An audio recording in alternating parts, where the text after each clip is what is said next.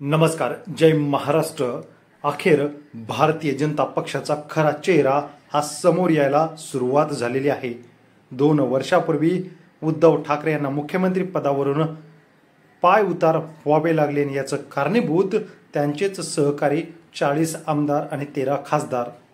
13 खासदारांपैकी बऱ्याच खासदारांची विकेट गेलेली आहे, तर येणाऱ्या काळामध्ये आमदाराची विकेट जाणार असल्याचं दिसू लागलेलं आहे।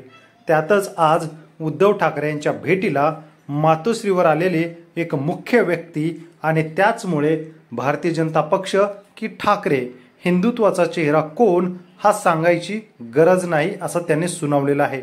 उद्धव ठाकरे मुख्यमंत्री असताना केलेली कामं सर्वसामान्य जनतेला घेऊन जाणारे पुढारपण हे उद्धव ठाकरे यांच्यावरती असलेली निष्ठा, लोकांची नाराजी लोकसभेत त्यांना भोगावी लागलेली आहे।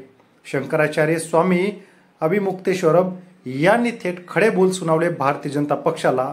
भारतीय जनता पक्षाने ठाकरेंसोबत ज्या सेनेने हिंदुत्वाचा खरा चेहरा आणि पुढे आणला त्या ठाकरेंच्या घरातच मातोश्रीलाच धोका दिलेला आहे आणि ठाकरेंसोबतचा विश्वासघात हा भारतीय जनता पक्षाला नडणार आहे। नक्की काय म्हणाले ते आपण ऐकूया।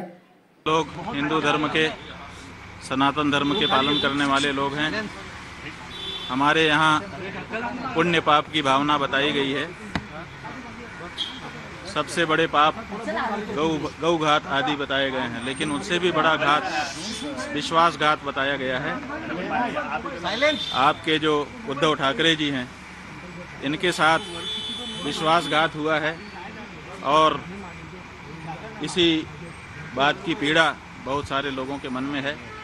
तो आज हम यहाँ पर उनके अनुरोध पर आए, उन्होंने स्वागत किया।